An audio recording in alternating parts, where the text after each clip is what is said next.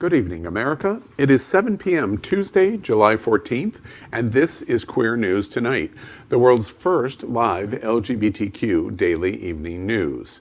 It's time to queer up the news. Tonight, we'll be queering up these headlines and more. Naya Rivera's profound queer legacy.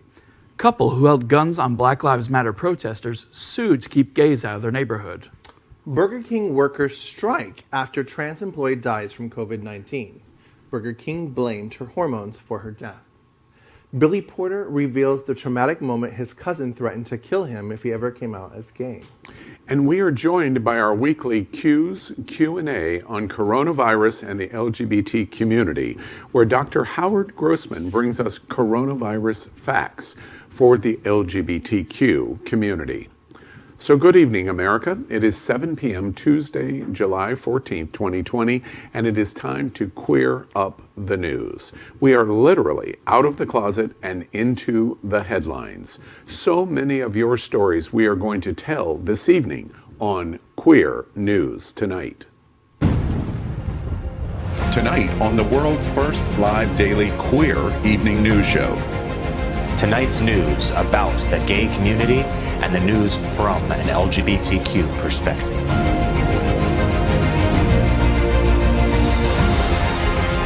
Are our gay stories important to you? In headlines, politics, entertainment, gay culture, travel, religion, and more.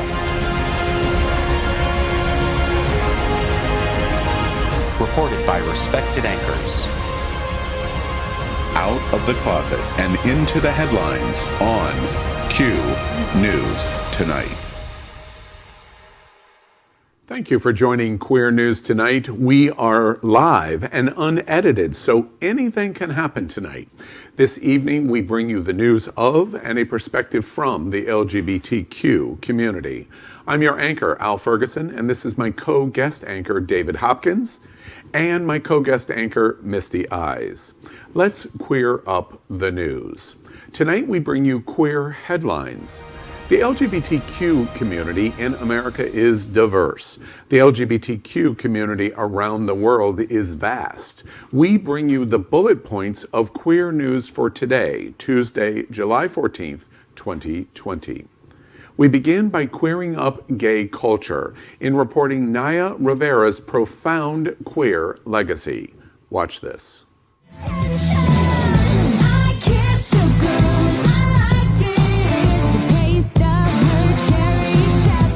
Do you remember we were sitting there by the water?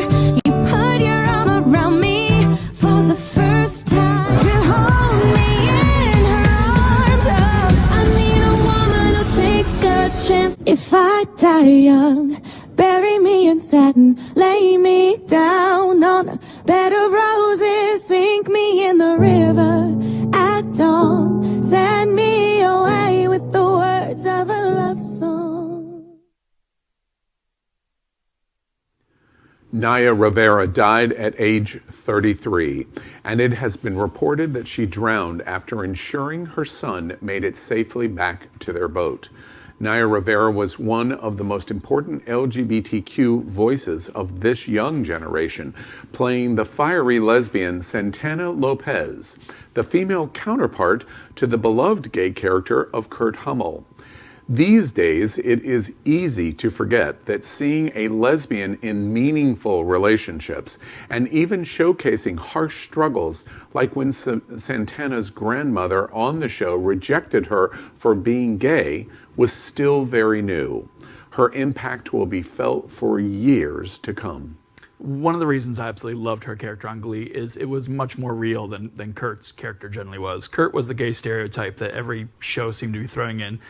Naya Rivera's character was the gritty, harsh truth of what most gay people were going through. This is the second beloved Glee character. We have to say, rest in power. Yeah. And to echo what David said, she broke stereotypes. Lesbian, not being beautiful, whatever ridiculous stereotype that was, Santana and that character was beautiful, and she was also bitchy. And we loved and laughed along with her every step of the way. She's definitely going to be missed in the representation of our community. Next week, Queer Up Sports. Washington's NFL alumni. Name change doesn't erase history. Watch this. A lot of organizations that had said never, like the Washington football team, are now starting to think about the implications. James Singer is the co-founder of the Utah League of Native American Voters. He isn't alone in praising the decision. The Navajo Nation also issuing a statement saying in part, on behalf of the Navajo Nation, we thank and commend all of our Indigenous brothers and sisters who dedicated themselves to a just cause and won. In news that sent shockwaves through professional sports, the formerly named Washington Redskins have decided to drop their longtime namesake over fears it was racially insensitive towards Native Americans. This had been a debate for some time, but this year, with renewed focus on social justice and equal rights for all, including the LGBTQ community and the Black community, big sponsors finally stepped in to support the name change, and it was quickly pushed through, much to the delight of activists. We've been talking about this or seeing this talked about for a very long time. I'm glad to see it finally happened. The big learning lesson here is corporate sponsorship and corporate rejection matters. In the LGBT community, if we want to embrace, we need corporate support. If we want to overcome discrimination, we need corporate rejection. That's what we've learned in this issue. Rights follow the dollar at this point, so that's why boycotts work. That's why protests work. That's why getting sponsorships behind you works, because you need money to change politics. Next week, we're at the USA. Burger King workers strike after trans employee dies from COVID-19. Burger King blamed her hormones for her death. This week, Burger King employees in Santa Monica, California are drawing a picket line in support of their late coworker, Angela Martinez. Martinez, a loyal trans employee of the fast food chain, died from COVID-19 complications after weeks of suffering. Despite being visibly uncomfortable and ill, Angela continued working at the request of her supervisors. In a display of unprecedented levels of ignorance and transphobia, local Burger King management blamed her death on injecting her hormones. Angela and at least one other coworker have contracted coronavirus, but the location has yet to close for a deep cleaning, and sick employees are still encouraged to push through their symptoms to return to work. Even if there was any possibility that this was medically true, the management at this Burger King franchise would not have said it out loud. They would have waited for the medical proof. Beyond that, there is no medical connection at all to hormone use and any incidence rise of COVID-19. So it just spreads ignorance even to say it. I used to work in food service, and food service is a terrible place to be sick. If you work somewhere salaried or hourly, like fast food, you're getting paid next to nothing. If you work as a server, you're literally making $2 an hour in most states, and you don't get sick time. A lot of your servers, if you go out, are sick because they have no choice if they want to survive. I am very shocked by this story because if anybody that's not in food service tests positive for COVID-19, they're suspended for 2 weeks and have to get negative before coming back. But I'm not surprised by management blaming something else. In Fort Lauderdale, we lost a police officer who had asthma-related issues and was very young and died. And they said, oh, it's because he's gay. Keep working, guys. Yeah. We continue in queering up the USA tonight by reporting the head writer for Tucker Carlson, Fox News, quits following racist and homophobic online remarks being revealed. Watch this. Hey, Don. Yeah, Tucker Carlson's top writer, we found, had been posting on a message board under a pseudonym racist comments, sexist comments, frankly, comments that are too horrific to read on air to you. Largely, they use very vulgar language, and it's just shocking to read. I think if viewers go and check it out on CNET.com, they'll be pretty stunned. But let's zoom back. What we're looking at here is the person that was helping to write the monologues of Tucker Carlson, which are seen by millions of people each night. He has the top-rated show on cable news, the top-rated show actually in cable history the last quarter. The person writing the monologues, helping Tucker Carlson shape those monologues, has been posting for years vulgar, racist, horrific comments on a secret message board. Fox News. Tucker Carlson has never been known for his tact, so many are surprised that Carlson's head writer, Blake Neff, is running for the hills as his racist and homophobic posts were shared recently. Neff's online history under the pseudonym Charles 12 revealed a track record of sharing vagrantly offensive, racist, and homophobic forum posts.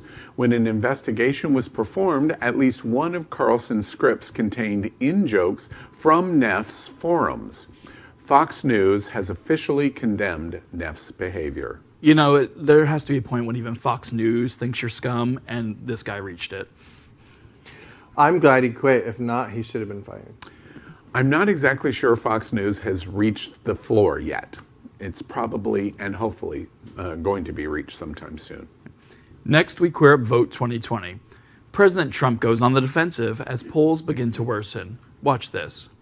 This is a political witch hunt, the likes of which nobody's ever seen before. It's a pure witch hunt. It's a hoax, just like the Mueller investigation was a hoax that I won, and this is another hoax. This is purely political. I win at the federal level, and we won very decisively, and so they sent it into New York. And you know what's going on in New York. Everyone's leaving. It's turned out to be a hellhole, and they better do something about it because people are leaving New York. But this is a political witch hunt. It just continues. It's been from before I got here, when Obama and Biden and everybody else was spying on my campaign illegally. They were illegally spying on my campaign. And it's a very grave crime. It's the biggest political crime in the history of our country. President Donald Trump swept to power by championing the hardships of forgotten men and women, but his re-election bid has so far centered on the plight of just one person, himself. While all the crisis has raged, Trump has tweeted, "Political witch hunt," and repeatedly complained about presidential harassment. Several times he said courts had given broad deference to presidents, but not me. He said the Obama administration spied on his campaign. He defended his time golfing and said it was his only exercise. The president is going to have to find his footing soon if he wants to stand a chance against Biden in November. Wait, Donald Trump's only exercise is golfing? Okay. First, David, your impressions were pretty good. And second, his nonverbal communication, which I think is very important, very valuable to watch, is a pouty child. It's a reflection of where he is in his mindset, and I, frankly, am happy to see it. This is terrible. They all hate me. Fake news. Fuck you, Donald Trump. Oh, stop. Next week we have entertainment. Halle Berry walks away from her role as a trans man in this new movie. Watch this. Halle Berry was interviewed by hairstylist Kristen Brown on Instagram Live. During the chat, Brown asked Berry if she'd ever consider cutting her hair short again. I'm thinking of a character where the woman is a trans character. She's a woman that transitioned into a man. Berry continued that she was interested in learning about the world that the character lived in. The actress was pitched the role while she was filming the upcoming movie Bruised. Once the clip made the rounds online, backlash was swift from the LGBTQ community. Their message was simple: transgender roles should be played by transgender people. Berry apologized for considering the part, noting that the transgender community should have the chance to tell their own stories. Actress Laverne Cox liked the post on Twitter. Berry's apology was also commended by GLAAD. The advocacy group noted that other powerful people should follow her example of listening to and learning the concerns of transgender people. There's no question that trans stories need more representation in popular media, but hiring cisgender actors to take on the role is rarely the best solution. Halle Berry realized this mistake when, after accepting an opportunity to play a transgender male, she began receiving backlash for the offensive language she used on Instagram Live. Berry repeatedly misgendered the character, calling it a female story. She described the premise as a film featuring a character where the woman is a trans character, so she's a woman that transitioned into a male. While it's unlikely that Berry intended any harm to the trans community, her inconsiderate, tone-deaf remarks are indicative of the persuasive representation problem that we have in Hollywood. As a society, we have made great strides getting towards more trans stories in the media, but now it's time to see more trans people in front of the camera. We continue by querying up gay culture tonight in reporting Billy Porter shares the horrific moment his cousin threatened to kill him if he ever came out as gay. Watch this. Okay. But I also hear, I also receive when I'm tone deaf, or when, I need to, it's like my friend called it. He said, you just should know. And it was lovely because, his straight male, black, cis, cousin was like, man, I love him. My two sons, if any of them turned out gay, I would love them no matter what. It's so good to hear that, because absolutely. My experience in the 80s was a cousin saying if I ever turned gay, he would kill me. So that's what my experience has been. Right. So yeah, sometimes my trauma shows. No. The Post star made the revelation while talking about a video he posted to his YouTube channel last month in which he called out homophobia and transphobia within the black community. Speaking to guest host Billy Eichner on Jimmy Kimmel Live, the actor and singer revealed that a friend called him after he posted the video and said he wanted Billy Porter to know that black straight men actually love him.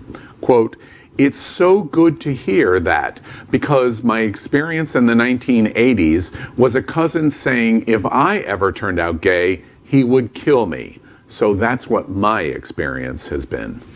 Next week, Queer Up Sports.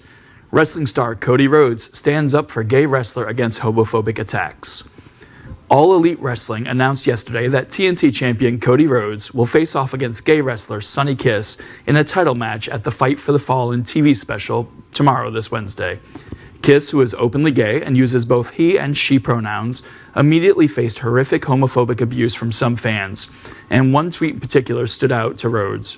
Rhodes, who has almost 1 million followers on Twitter, shared the offending tweet, which called Sonny Kiss a faggot and has since been deleted, and wrote, "This is terrible, and you're not worth the signal boost."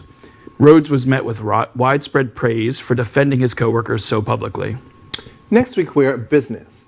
Amazon's self-checkout carts are changing grocery stores forever. In a follow-up to a story we did first covering this in March 9th, e-commerce giant Amazon is setting sights on revolutionizing the in-shopping experience. 2 years ago, the Amazon Go concept brought convenience stores into the 21st century. This year, they are launching smart shopping carts, which will allow users to skip the checkout line entirely.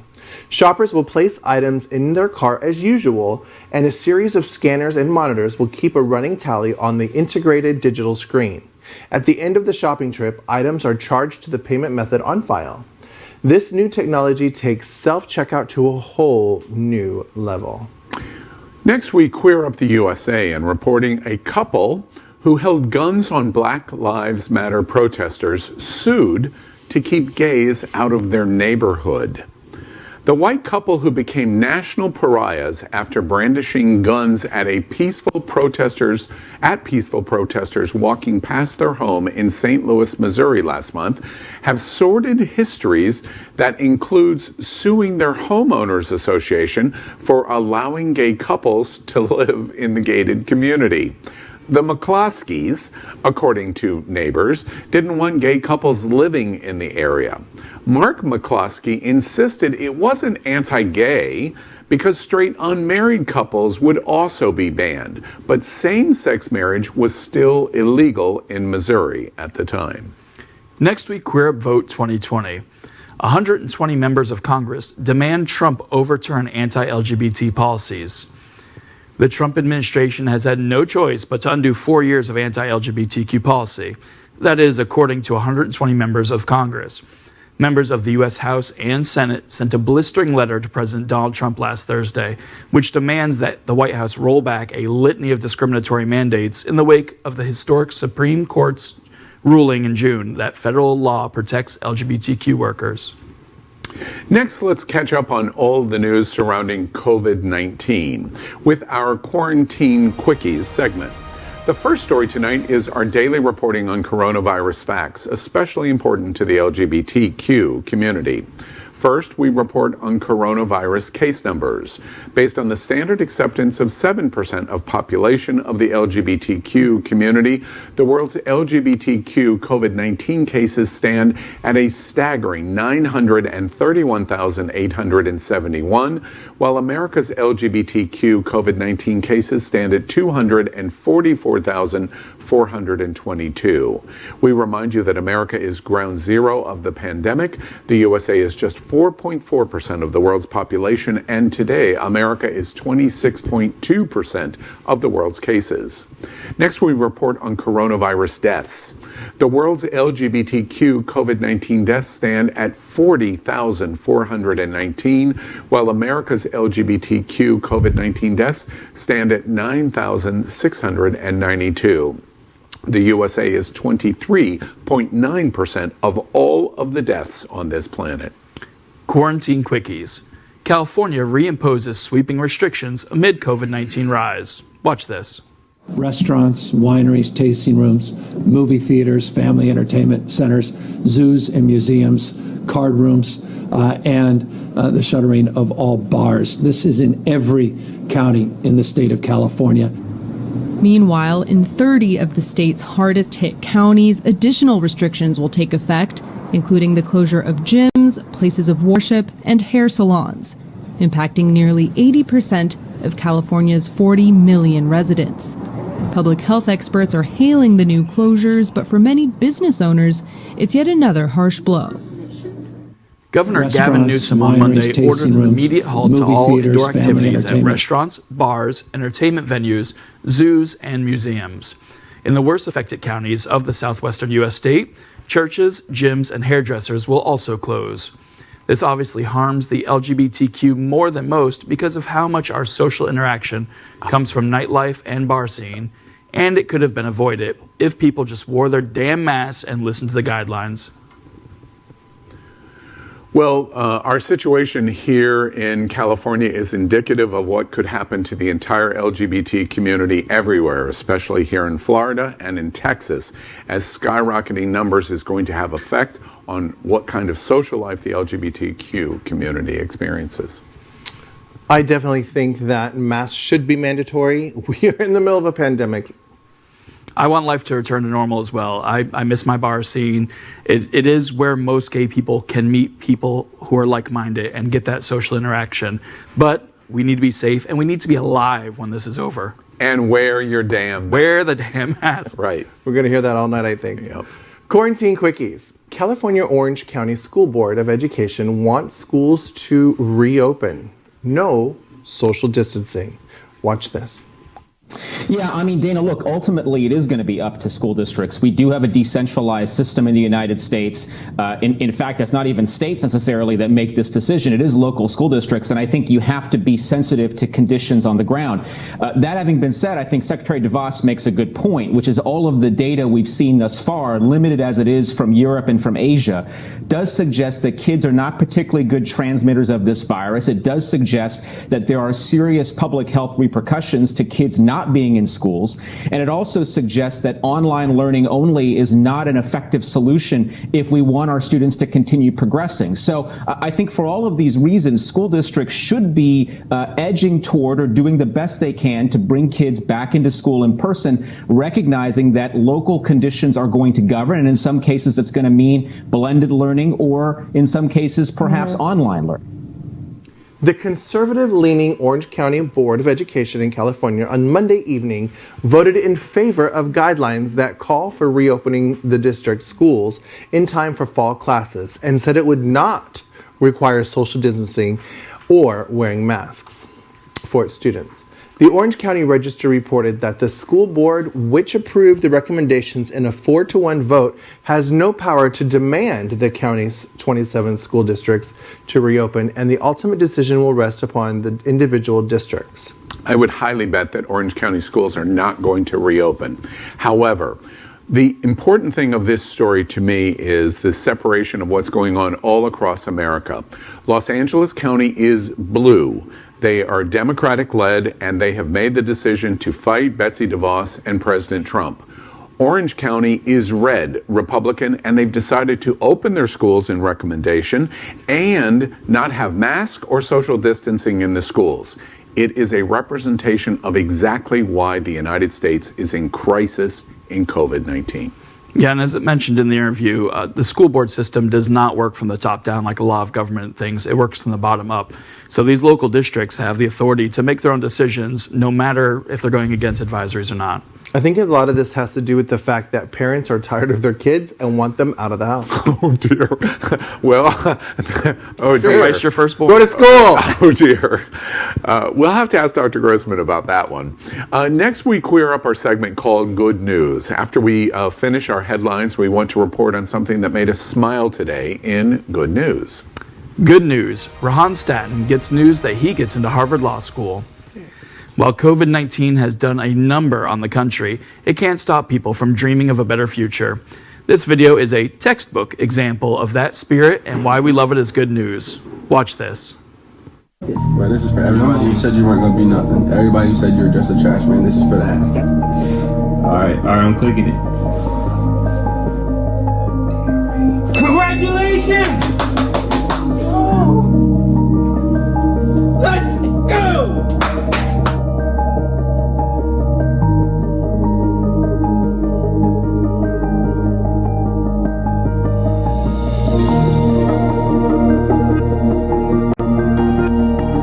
I mean, we would literally watch our father work like 3 different jobs, break his back, and literally, he didn't have much fun.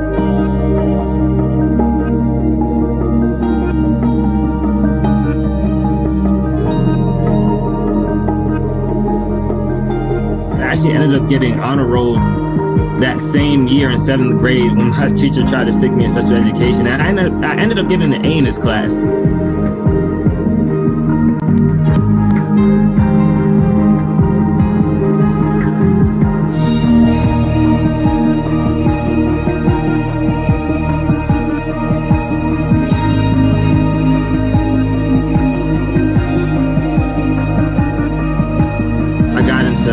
Harvard, Columbia, UPenn, Pepperdine, and USC, and I got waitlisted by the rest of the 4. I actually got denied by 0 schools.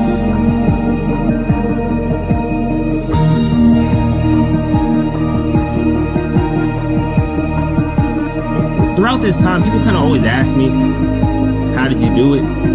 It's more so like, how could I not do it when everyone's breaking their backs for me and pushing for me to win? Like, when you have a support system, if you have, I can't say it's going to be fair. I can't say it's going to be easy. But what I can say, if you have people that are going to uplift you and empower you, you got to give them your best shot. Because just as much as you're investing into yourself, you have others investing into you too. And you got to make sure that investment is good as long as it's genuine.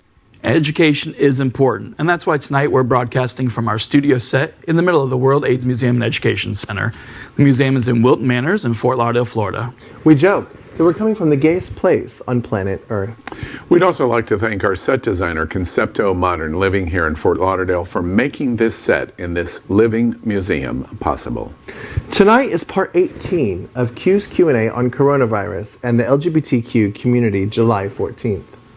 This special segment is designed to be unique in America to answer your questions about the coronavirus for the LGBTQ community during the pandemic. Tonight we have an American pioneer in AIDS HIV research, medical treatment.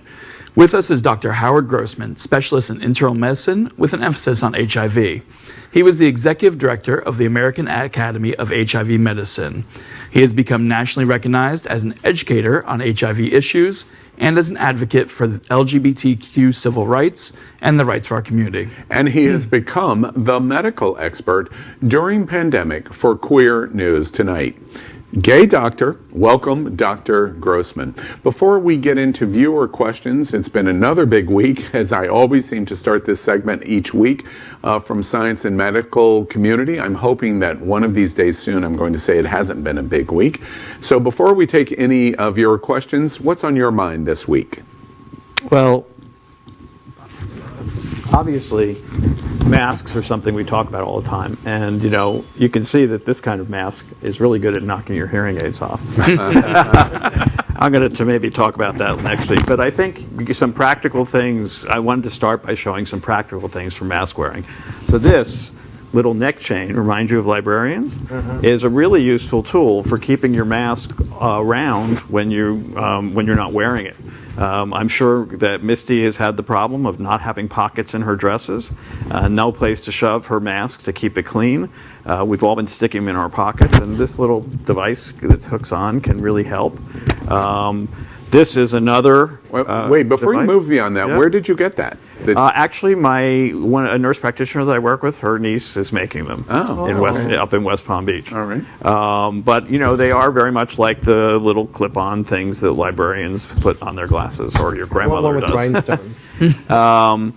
Another little tool for people whose ears are getting worn away by masks with the 2 ear bands is this little tool, and you can hook it around, and then it hooks in the back of your head so that the rubber bands aren't sticking onto your ears. Yeah. So just a couple of little tools to help you wear your mask. Now that is something for somebody like you that has less hair in the back to protect themselves. That's what that's designed to do? Well, yeah, thanks. You can't see the back of Al's head, but everybody's complaining about their ears hurting, and this is one that would hook onto your mask like that and like that, and then go behind your head. Excellent. So that there's less pressure on your ears. Excellent. We're going to talk a lot about. I'm sorry, I don't want to mean. I'm not interrupting you. We get some other news this week. This was the last week, or this week there was the first coronavirus international conference that took place in San Francisco, or took place virtually. It was supposed to be in San Francisco after the International AIDS Conference. There was a lot of news about the efficacy of masks and social distancing, which I think from around the world, which was very useful. There was also some interesting papers. One of the ones I just read this afternoon looked at a drug combination that we use for hepatitis C that was tested in Iran. And showed some efficacy in decreasing hospital stay. And so, there are a number of antiviral drugs that are being tried for this virus, and that's encouraging. Dr. Grossman, before we get into a video, and interesting, you started with masks, because we're going to show us a video that is breaking today about masks. But I want to ask you about the criticism of where we are in pandemic. There are so many people trying to suggest that we're completely A-OK because fewer percentages of people are dying. And I'm hearing medical communities say, well, we're getting better at our response. Medical, respiratory, respirators, etc. What are your thoughts on this? That because not the same level or percentage of people are dying, whether that has an effect that we should be paying attention to, or what do you think about those observations we're watching? Well, it's very interesting how people spin data. I mean, first of all, it wasn't percentage, it was numbers. So the numbers of people dying in the U.S. were down in spite of the fact that we see these high levels of infections. So one thing, yes, we have become better at treating people. Number two, large percentages of the people who are in hospital are younger and less likely to die, although they're still getting very sick and ICUs are full. But the other part of that is that numbers of dying people were dropping dramatically in places like New York. New York actually reported no deaths at least one day New York City last week. That drives the numbers down the same way that it was a bigger part of what we were looking at early on in this pandemic. If you look at the latest curves, the death rate is actually rising. The number of people dying is actually rising again, considering the fact that we've been back in this nightmare for just the last 2 weeks. Now is the time you're going to see people start to die, and I think those numbers are going to go even higher. An indication of that is it was reported today. We constantly talk about we're broadcasting from the gayest place on planet Earth. Miami-Dade County is literally on fire from COVID in the United States. And for the entire county, it was reported today that 94% of all ICU beds in the entire metropolitan county of Miami-Dade County are now occupied.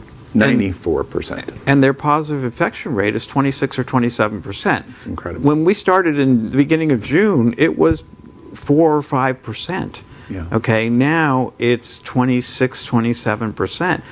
That's because our government did nothing to shut things down when it should have, didn't educate people, didn't require masks fast enough, all of that. We don't have a question from a viewer tonight. I want to ask one more thing that's in the news this week that I think is important. We don't have a question on testing and links. We are reading that testing results here in South Florida, for example, and other places around the country are taking 10, 12, and 14 days. If that's the case, how do we ever get this under control if you take a test but you don't get your results for 12 or 14 days? Well, you certainly can't do contact tracing. It becomes useless at that point because whoever's going to get infected will have been infected and well into the disease process by that point. It's a nightmare. I mean, what actually is going on is that we are once again suffering a shortage of testing materials. We were informed by Quest yesterday that they will no longer supply test kits to anybody but the hospitals and the county official testing sites. Now, this makes no sense to me. It does make sense to prioritize hospitals. That makes a lot of sense. But why is a county testing site where somebody has to sit out in the hot sun for 3 hours better than my patients coming to me where we test them in 5 minutes? A lot of the delays in reporting have to do with the fact that the labs are overwhelmed. I mean, my HIV viral loads are taking well over a week to come back because they're using the PCR machines for coronavirus testing. So, I think we're in a terrible situation with testing that's getting worse and not being addressed in a constructive way by the federal government. To the point that you just delivered, in terms of expectations of the LGBTQ community, do you have expectations in our community that testing will improve in the next 14 to 30 days? If this is brand new like this, that we're being told we can't do testing in the office, from the office. So I'm not sure. I'm not sure what's going on here. I'm not sure what kind of decisions are going to be made. Okay. We're unclear. I appreciate that answer, actually. And I have patients calling me the last 2 days saying, can I come back and get a test? And I have to tell them that they have to go to the county. All right. So from that moment, the number one prevention is the original prevention, which is mask, social isolation, and frequent hand washing and sanitizing. Social distancing, not social distancing. Thank you. I'm sorry. Correct myself. Before we take viewer questions on this exact point, we want to show you, America, this video, which we think is very interesting on mask versus face shields. Watch this. But what's right for you, a mask or a face shield? I would wear a face shield as the preferred face covering in public over a homemade mask, over a surgical mask. Dr. Amish Adalja is an infectious disease doctor at Johns Hopkins University. Help people understand, why is a face shield effective? Not only does it cover your mouth and your nose, it also covers your eyes. And we know that the eyes are an important route of infection. We know that people who wear masks are touching their face constantly to adjust them. When you wear a face shield, that really is not an issue. These face shields are definitely a different look and feel than the masks. For starters, it's a lot easier to talk and to breathe while wearing them, and I don't have to adjust it once I put it on. Plus, I can actually even drink while wearing it. And a bonus, the facial recognition on my phone works. But after wearing a mask for the past few months, it is a strange sensation to have so much open space underneath my chin and around the side of my face. When I wear a mask, you can see it covers my nose, my mouth, and my chin without any big gaps. The CDC recommends we wear face coverings like this because they capture our germs and prevent them from spreading to others. Well, before we bring Dr. Grossman back in on this conversation, let me give you a couple of bullet points of this discussion. First, the CDC recommends masks. They have not made a recommendation on face shields yet. Studies suggested in this report and others that we have seen that face shields are approximately all by themselves in the 60 percentile in terms of prevention effectiveness. In this report, the study talked about, especially when you were flying in an airplane or other kinds of higher risk situations, the combination of both gave you the greatest effectiveness, the mask under the face shield. So let's bring Dr. Grossman back in here. Face shields have come onto the market. You can purchase them online now. Faceshields.com is one, and others. What do you think about masks, face shields, or both?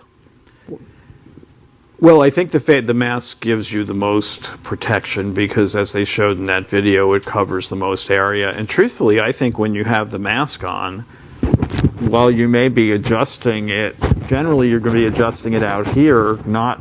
You may be squeezing your nose, but you're not touching your eyes. And I think having the mask on, you tend to touch the mask, not the face.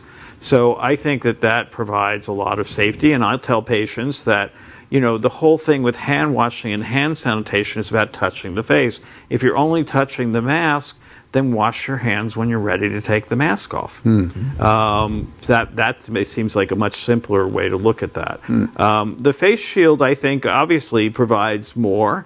May be useful. We've talked about having clear masks and things like that. I mean, certainly for people who are speaking to people who are hard of hearing, the face shield may help to be able to communicate better. People can read lips through the face shield, things like that. I worry that, again, the face shields are important for hospital workers more than anybody else, and that if we create a shortage of them, we'll find the same problem that we did with the N95 masks, so you can't get them anymore. And they'll be reserved for hospital workers. To the point specifically, for clarity, is there any reason you or I, besides your knowledge and my limited knowledge, is there any reason, besides scarcity, which I just heard, is there any reason why we should not wear a face shield? Not that I could think of. I mean, by itself, though, remember that there's, if there's virus in the air, you're still sucking it in. Yeah.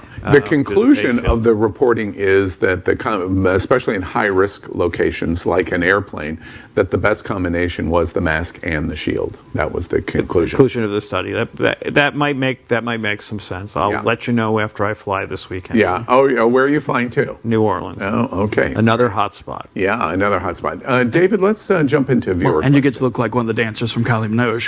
So a viewer asks, what about the long-term effectiveness of a vaccine when it seems our own antibodies may disappear after a few months? Will a vaccine protect for longer? So the question is, what are the protective antibodies?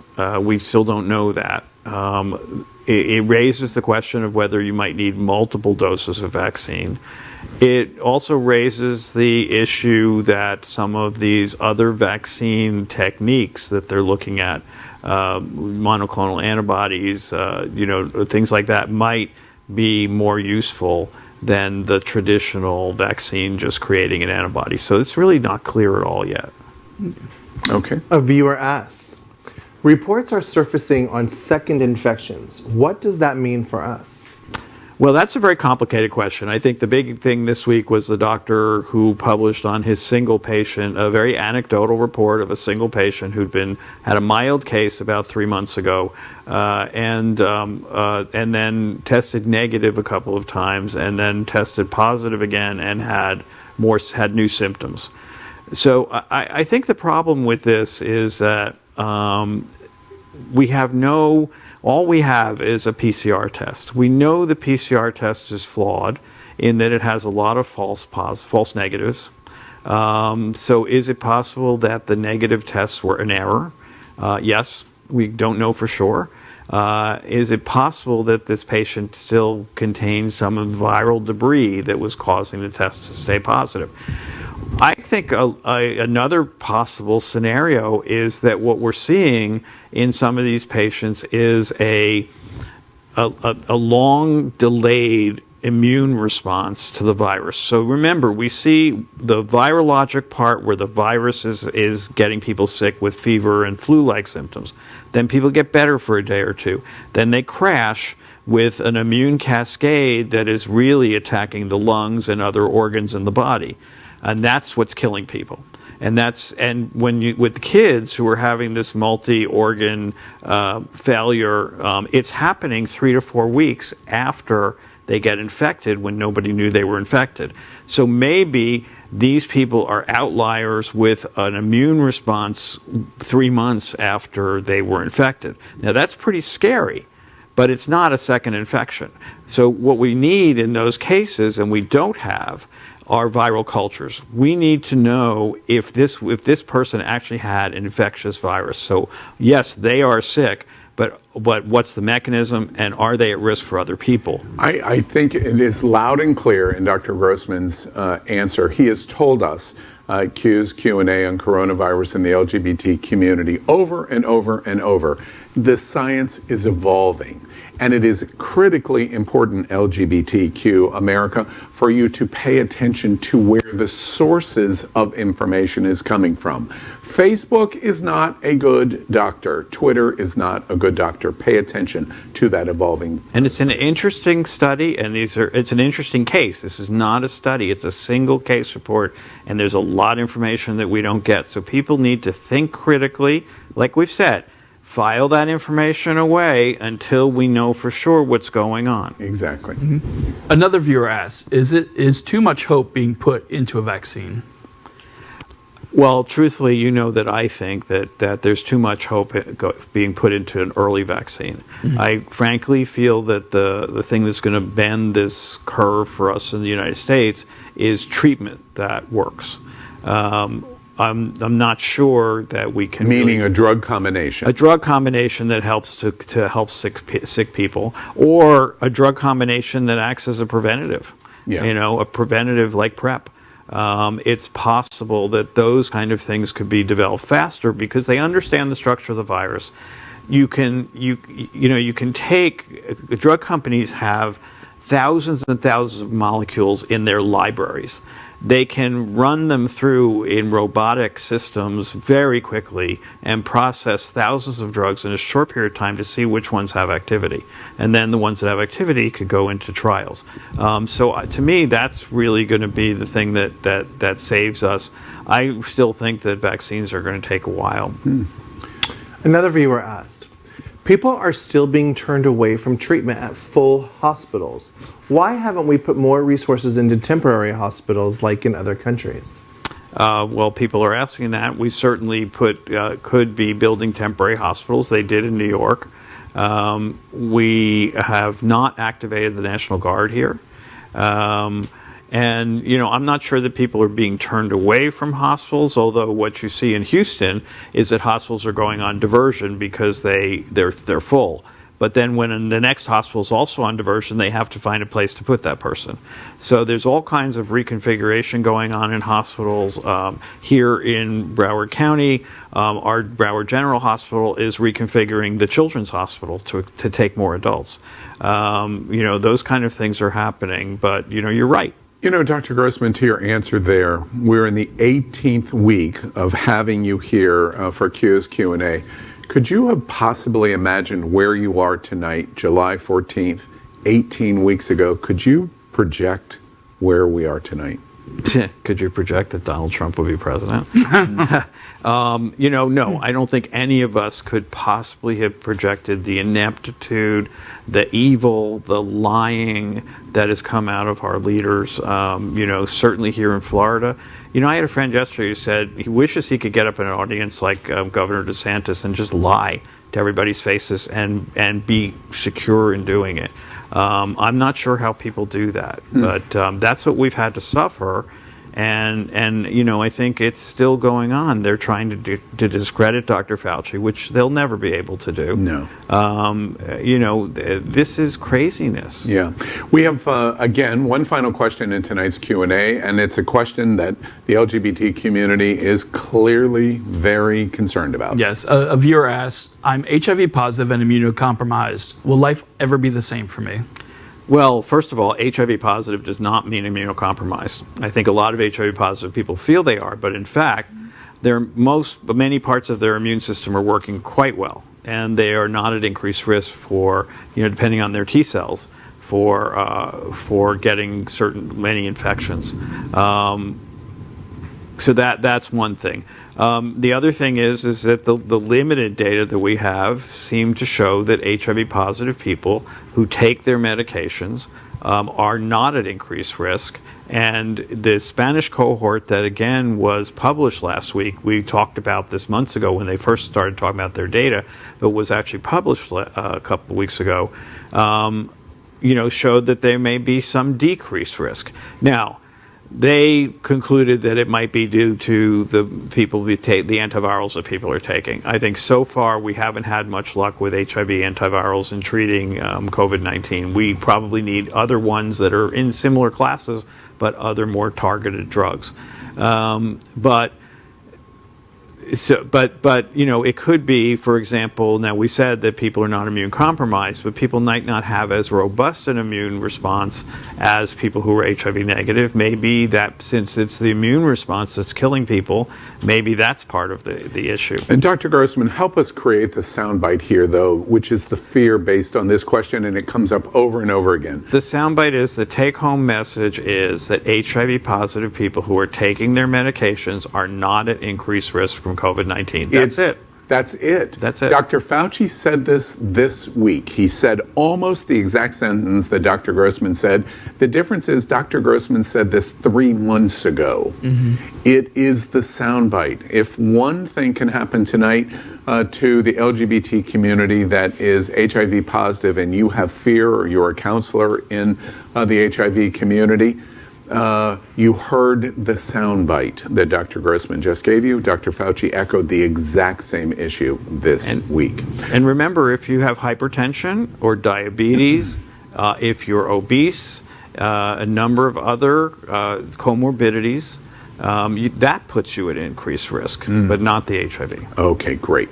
Well, that is it for tonight's part 18. Gosh, 18 weeks has come out of my mouth of Q's Q&A of coronavirus and the LGBTQ community. As far as I'm aware, this is the only place in America doing something like this for our community. Every Tuesday night, we bring you viewer questions and the most important medical advice from our medical expert, Dr. Howard Grossman, who has probably just given you the greatest advice that he has given you over 18 weeks, which is, say it with me, wear your damn mask. Right. Dr. Grossman is director at Midway Specialty Care right here in Wilton Manors, Fort Lauderdale, Florida. And as always, thank you very much, Dr. Grossman, for being with us tonight. Thank you. Thank you. We end tonight's broadcast with The Big Finish, short story mentions of LGBTQ news and news with a gay perspective. So here we go. First on Q News tonight, The Big Finish. We report first, today is International Non-Binary Peoples Day. I know several non-binary individuals, so make sure to check out Taisha Best as they help host Gay Town Hall, one of our new products coming out. Yay for the they, them, theirs. By the way, did you know that Merriam-Webster's dictionary named they, the singular form of they, the word of the year for 2019? I tear up one more day that I've got to learn something new. The Big Finish. Hugh Jackman is happy Disney Plus is happy because Disney Plus shows his butt in Days of Future Past. Well, he's obviously a mutant because no mere human should have an ass like that. P.S. Hugh, call me and you can sell my face anytime. Wow. Oh, of course he's happy. He has a very nice booty. Yeah. Jared, could I look at the picture just one more time before I formulate any opinions? Yeah, I'm done. The Big Finish. Bastille Day. What are the July 14th celebrations in France really all about? Bastille Day is a very important day to me. My first time on South Beach as an adult in 2000 involved Bastille Day, my straight girl roommates, and me making out with the Parisian bartender. Vive la France. Vive la France indeed. The first major trip that I ever took to Europe was to Paris, and I literally fell in love. On that trip, did you know that they have a gay bath house that is 6 stories tall? Wow. The Big Finish. All right, here we go. A worm was found in the tonsil of a Japanese woman who reported to her medical professional that she had a sore throat. Yeah, people take that Japanese hentai tentacle porn too far. First, bats in China. Now worms in Japan. I don't want to know how it got there. If you really want to read an interesting, horrifying story, read the story on this. Google it, of how the worm entered her body. Blue waffles and worms in Japan. Don't Google it. Do not Google it. The Google it. The big finish. Andy Samberg tries gay sex in a Groundhog Day romantic comedy called Palm Springs. I love Andy Samberg, and I haven't seen this, but his gay character in I Love You Man is still one of my favorite gay characters in any movie. Of course he would try it. People have been trying it, gay for this day, etc. I think if I were stuck in a Groundhog Day experiment, I would try all kinds of things. You're not going to have to reap the benefits or the negative effects of it. Just try it. First, stereotype that this went on in Palm Springs. Excuse me, Palm Springs, we've tried to tell you over and over again, and that includes West Hollywood. Also, Wilton Manors, Fort Lauderdale, is the gayest place on planet Earth. That's where this show should have been based, this movie. And Adam Samberg, what a great choice. He is one of the great LGBT straight advocates in the comedy set, certainly from Saturday Night Live. So we move on to, sorry, I got lost in that thought there, the big finish, and this is really sad to me. It is time to kill the penny. Is it? You know, if you watch our show, you'll know Al wants his face to be on a coin. And since today is his birthday, so happy birthday, Al Ferguson, we will put your face on the pennies before we smash them all. What about piggy banks? And you know, when I went to London for the first time, I realized that they got rid of the small coins a long time ago. Mm-hmm. Now, everything in life is about timing. In the middle of white supremacy and Black Lives Matter, it's not time to kill Abraham Lincoln on our penny. Just saying. And that is today's news for the LGBTQ community on the world's first daily LGBTQ evening news show. Remember, if it's important to the LGBTQ community, it's important to Queer News Tonight, but you must help us. Please click subscribe on YouTube and share this news. As we have proven to you tonight, we are literally out of the closet and into the headlines. This is the only source of live LGBTQ news in the entire world. Your community needs your support. You are not alone, and as long as this thunderstorm doesn't knock our power out, we will get through this crisis. And we are here with you. And this is Queer News Tonight. Thank you for joining us. I'm Al Ferguson, and on behalf of Misty Eyes and David Hopkins, we will see you daily and tomorrow night at 7 p.m. Good night. Good night.